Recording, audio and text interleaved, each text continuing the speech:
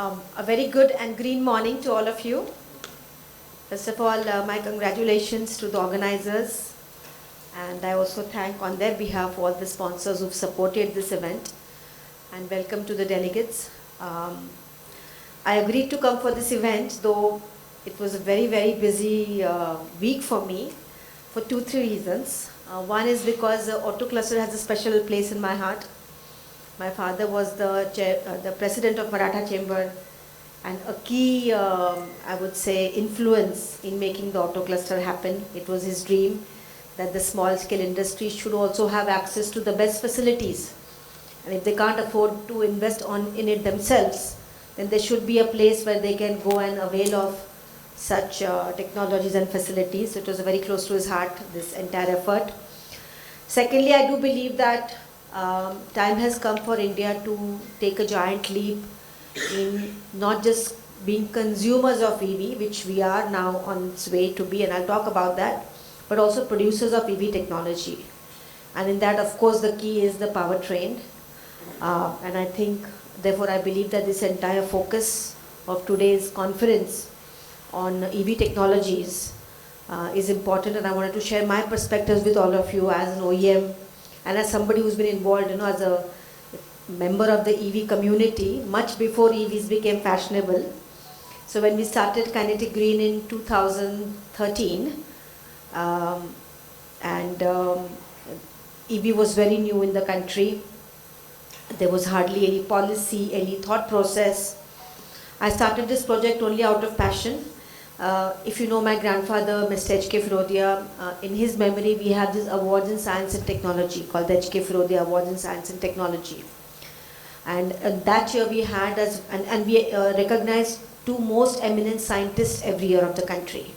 And we've been very fortunate to have people like Dr. Abdul Kalam, Professor C.N.R. Rao, and you name it. I mean, the best scientists, Dr. Mashelkar, all have been associated. Dr. Anil Kakodkar with this as the chief guest or as awardees or as members of the awards committee. And in that particular year, we had the CSIR DG, Dr. Brahmachari, as one of the awardees. And over dinner at home, we were talking about future of automotive and future of science. And I told him that I have an interest in electric mobility. It's very new. There's no policy, there's no supply chain.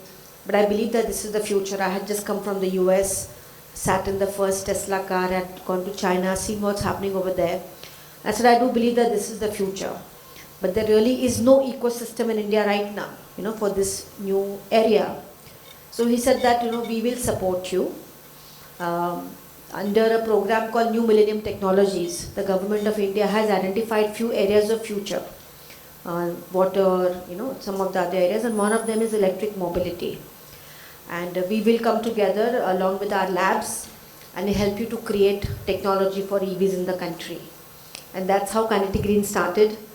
We set up a project with CSIR, and there are 3 labs. C-Mary, which is the mechanical engineering lab in Durgapur. CRE, which is their mechatronics lab in Rajasthan near Ajmer. And SICRI, which is their chemical engineering lab in Karaikudi. They became partners, and together we created India's first made in India electric 3-wheeler. And even then the focus was make in India. This is back when there is really, think about 10 years ago, there is no ecosystem. So the passion was always about doing something which is innovative, good for the society, and with a make in India thought, not just importing something and putting together assembling a product. So I thought that since my beginning in EV was all about make in India, I must come and share that learning and encourage all of you who are looking at make in India. That is the second reason that I'm here. And I think the third reason is that I genuinely believe that as a group, as a country, we have to come together to really, not, as our government says in the forums, miss the bus in EV, but actually be one of the leaders in EV technology. And some of the thoughts that I have in that regard. So I'm really here to encourage all of you to share my learnings as a part of the e-mobility ecosystem, as one of the early players, having gone through the entire learning, having been part of the policy making at the highest levels.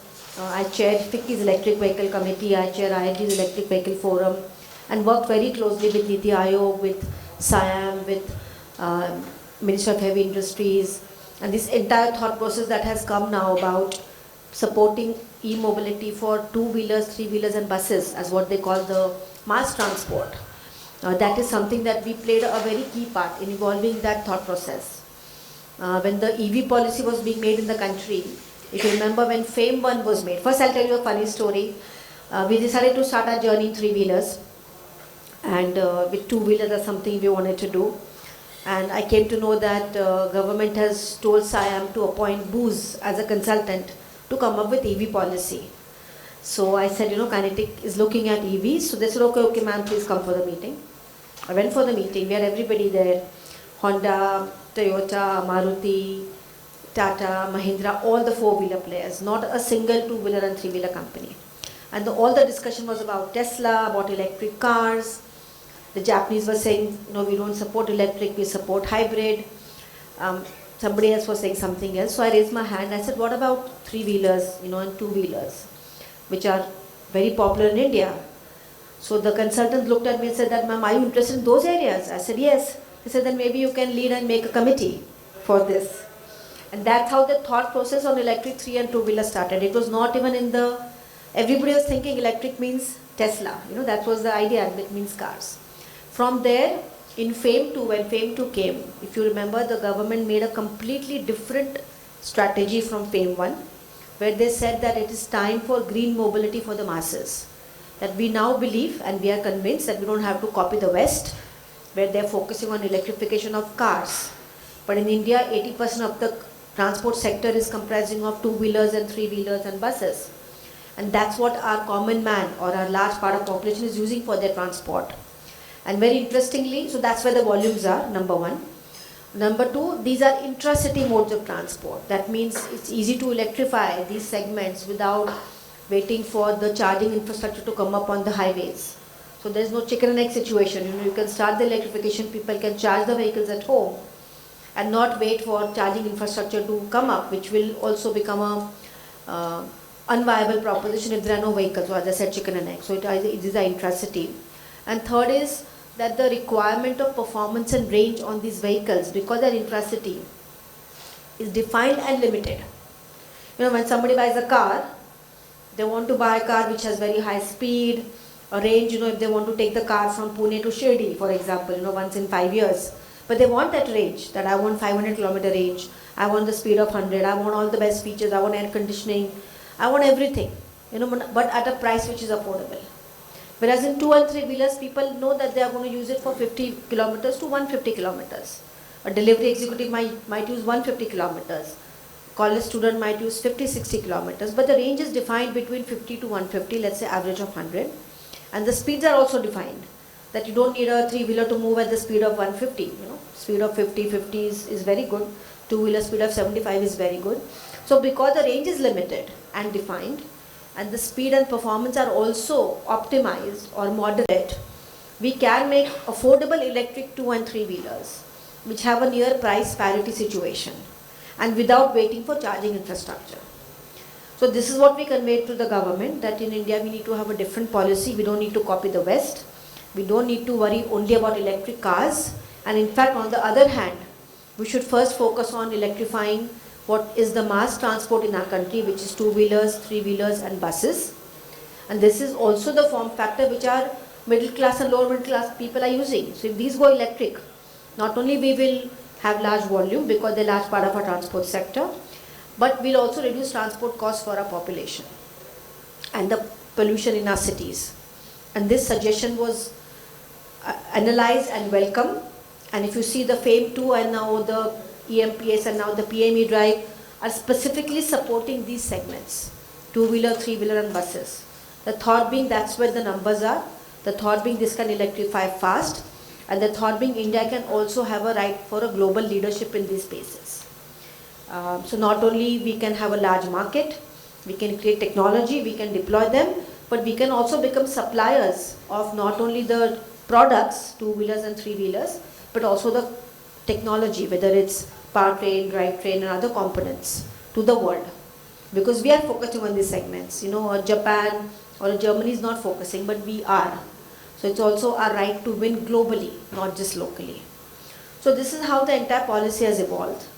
And again, I'm very privileged that we could be part of this entire dialogue. So I don't want to take much time, but I just want to say a couple of things. All of you are industry stakeholders. I would like to say that, a couple of years ago, 3 years, 4 years ago, the question was if and why EVs.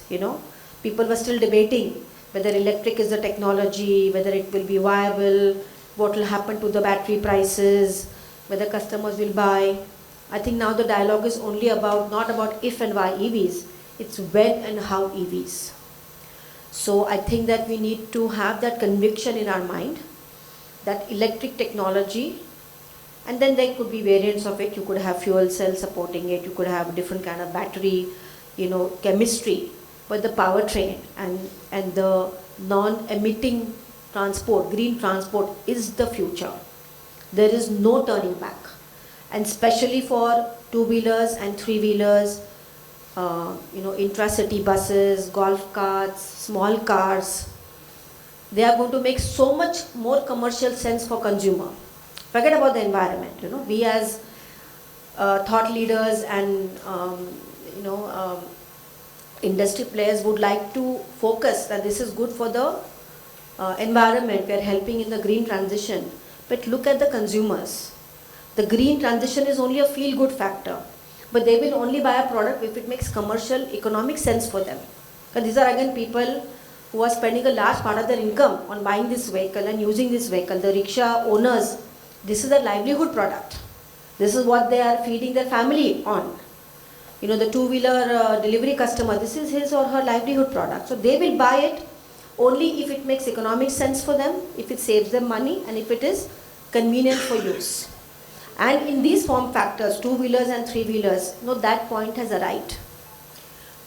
We are now having a range of electric two-wheelers and electric three-wheelers which are near price parity with for the consumers. And on a TCO basis, the benefits are fully established. And I think especially if you look at three-wheelers, many of you would know that we are actually selling more electric three-wheelers now in the country, if you add e-rickshaw and L5, than ICE. So the tipping point for three-wheelers is already here. And in two-wheelers, as you have seen, there is now growing demand. And I believe that in the next 3 to 5 years, the two form factors, scooters and a product like Luna, mopeds, are going to go electric absolutely rapidly. If you are a scooter consumer, think about yourself as a consumer. If you get an electric scooter which gives you the same performance, top speed of 75, under seat storage, good styling, good lighting, good safety, good performance, and you have to spend zero on fuel, why would you buy a non-electric scooter? What is the reason? There is no reason. As long as electric scooters are designed well, performing well, giving them the right range, and they are reliable, they are not breaking down, they are bought from good OEMs. As long as the product is giving him or her the right experience and reliability, why would somebody want to spend on fuel? And when they can get the same advantages without spending on fuel. So I think for two-wheelers, these segments are going to go electric very rapidly. And three-wheelers, of course, I think everything is going to go electric, except for maybe the rural, very long, that 8-seater kind of a format, even that might go. But all delivery, all L5, all L3 anyway is electric, all mopeds or e-Luna, I think these segments are set for rapid electrification. I also hope that the government will continue their efforts on deploying electric buses. That's a government-dependent kind of a segment. They are so far committed, but I hope that continues. And in cars, I do believe that the small cars will have a faster deployment. The premium cars again will be led by the enthusiasts, but unless you have a huge charging infrastructure on the highways, they will not become the first choice, for the large population, because if they have only one car, then they want to use it for everything. But the people who can afford 2 cars will start buying electric. those who are, I think that's how the segments will move. So that's definitely is happening. The government is targeting for 30% electric by 2030, which I believe the momentum is now carrying us there. And in two-wheelers and three-wheelers, it will be definitely much more than 30%. So for all of you who are making investments in this space, I think I want to give you a message that there is no reversal. There is no question of hybrid in two and three-wheelers, because that only applies to cars. There's no question of hydrogen in two and three-wheelers, because that's just not viable for the small products. And please recognize that India is a large market for these form factors. We are world's #1 three-wheeler market, and Indian OEMs dominate also globally in three-wheelers. We are the world's second largest two-wheeler market, and our OEMs also dominate globally in two-wheelers. So I think these segments are growing. That's one message I want to convey to all of you. At Kinetic, of course, we have very aggressive plans in these segments. We have been in the L3 space for 2016, having sold thousands of vehicles, both in passenger and e-cart. We've just introduced our L5 cargo a few months back, and in 2025 we're introducing the L5 passenger vehicle as well. So we'll have a full suite in three-wheelers from L3, both form factors, L5 both form factors, passenger and cargo. And we do a lot of work on customization as well. So we give vehicles for waste collection. We have just given 500 vehicles to Amul with, as a ice cream vending carts. So the micro entrepreneurs can use it for moving around in the electric vehicle and selling ice cream, and for many other delivery form factors for e-commerce. So that's one space we are in. In two-wheelers, we started our journey later in 2022. Now we have, and we've done fantastic work. One product I must mention to all of you is our e-Luna. I'm sure you have heard about it. Many of you may have used the original Luna. But we have brought back the Luna in an electric format. It's a new product, of course. It is not a copy. Some of people here I know were there in the launch. The product has been well received. We started commercial deliveries from April last year.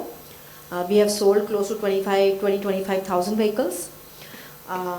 And the beginning has been fantastic. It is getting accepted both in B2C and B2B space. What I mean by B2C is the small towns and actually even the rural areas.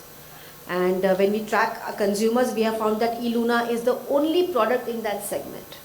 So our customers in B2C are farmers, delivery executives, small traders, small factory workers, and they are actually carrying up to 200 kgs of load on this vehicle. It's most convenient for carrying anything. The range they are getting is 125 kilometers. They're very happy with the range. They have a lot of space to use it both as personal mobility and a employment enabler. The ride is comfortable, the vehicle is sturdy, and they're loving it. And this is the only product with 16-inch wheels, a chain drive, so that it's easy to even service and repair at every village nook and corner. This is the only EV which is suitable for urban and rural areas in the country today. The other form factors, they feel, the scooters, they feel this is not for us. We don't need the TFT, we don't know how to deal with this hub motor, the ground clearance is low, the plastic brakes, we have to spend a lot of money. e-Luna is the only product which is meant for not just big cities but the B, C and the rural areas. And not only as a personal vehicle but also for livelihood. It is so satisfying. So I'm expecting a huge demand for e-Luna in the B2C space. In B2B, we have given about 10,000 vehicles. These are all being used by Big Basket, by Domino's, by Zomato, and all the fleet aggregators that are doing last mile deliveries. And again, there it's a very wonderful form factor. It will also go internationally later in this part of the year. And we have created what's called the Luna Limitless platform.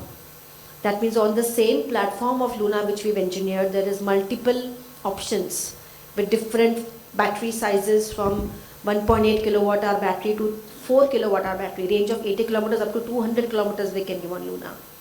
And there are options of spoke wheels and alloy wheels and simple cluster and TFT cluster, so we can talk to different customers. I would invite all of you to come to Kinetic. Some of my colleagues are here in the audience. Please meet them. Take a look at the Luna Limitless. It's absolutely unique, fantastic platform, and also it will go global very soon. And then we have a range of scooters. We have launched 10-inch and now soon 12-inch. And we are getting more and more active and aggressive in the scooter space. So we are very excited about the future ahead. And again, I want to re-emphasize that 2 and 3 wheelers and buses where the demand in the next 5 years. Long run, of course, it's everything. The other point I would like to make is from your point of view. I think that as you all know, the FAME or now the PMA drive scheme is going to come to an end in 12 months or sooner. Already the slab is going down, it's only now 5%, it's hardly any amount anyway from April, but even that will become zero. Now what that does is a very important factor for the powertrain and the component players. So far, if you wanted as an OEM to qualify for the incentive scheme, you had to have localization. And Kinetic, we have 100% make in India. Except for our low-speed scooter, which we have acquired from somebody, our entire product range is completely made in India, every component. Of course, our battery maker might be importing the cell, but at that level. But as Kinetic, other than the cell in the battery and the magnet inside the motor and maybe the semiconductor inside the electronics, everything is localized. We do not import a single component. And therefore, we've always qualified, and we've done this from the beginning. Even our group companies have invested to create EV technology for us, and we work with many of you. We have a very strong supply chain, and we are very proud of our experience so that we know who to work with, and how to support. And Kinetic has done pioneering work even in the 70s and 80s when Luna and Kinetic Honda started. A lot of the supply chain came up with our support, and not only us, but there are many other such OEMs who've been pioneering. But we are very proud to be Make in India. But right now, if you see, the market was forced to buy Make in India. Not everybody like us is only passionate about Make in India. Some buy it because it's required, it makes commercial sense.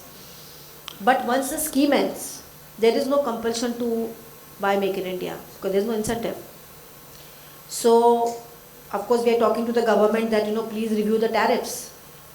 Otherwise, people will start reverting to importing motors, controllers, switches, other components, throttles, things like that, whatever they can easily import from China.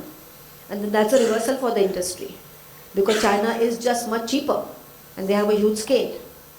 So we are talking to the government to come in with tariffs and PMP guidelines which are aggressive, but you have to assume that they may not. And therefore the Indian component industry now has to really stand tall. I think so far it's been the pioneers like us who have driven the e-mobility. We have taken the risk, we have made the investments, but now it's the component companies who have to ensure that they have the best technology, they get linkages from the best in the world and create good products, and you become cost competitive. Today I'm sorry to say that the Indian auto component industry for EV is not competitive. Even after you add freight and duty, still it's more expensive to buy powertrain, drivetrain in India than it is to import. And that's maybe some of you are, amortizing your investments over a smaller volume. That may be the reason. Maybe you're also learning, maybe you're importing some components and paying some duty and logistics costs and you have risks. But unfortunately, the bottom line is that the Indian auto comp industry for EV is not competitive. And if it remains like that after 12 months, then there is a question mark. Then some OEMs may resort to importing because even they have to survive. Because there's no subsidy and you're competing with everybody in the market. So my request to all of you, there's a great opportunity ahead. India is going to be doing fantastically in EVs, two-wheeler, three-wheeler buses, and also exporting these. You need to become extremely competitive and get focused on your EV programs. Maybe if you have a good ICE business, subsidize the EV components so that you and India together can be competitive. And then once we achieve the scale, then of course the scale will also drive the economies. But I think this is my message to all of you that there is an opportunity, but competitiveness of EV components in India is a question mark. Also reliability. I think all of you are learning, all of us are learning, but now we need to kind of ensure that our products are reliable, technology is reliable, there's no breakdown in batteries, there's no breakdown in controllers. These are the real issues we are facing today in the market as OEM. Today we bear the brunt, but the customers, we are facing the customer. But eventually all of us will bear the brunt. So I think we have a great opportunity. We are going to see good growth. Make in India is focused for a lot of the good OEMs like us. but I think we need to be competitive. So this is my message. I've come here to support all of you in that and just kind of share these perspectives. Thank you for listening to me, and once again, all the best.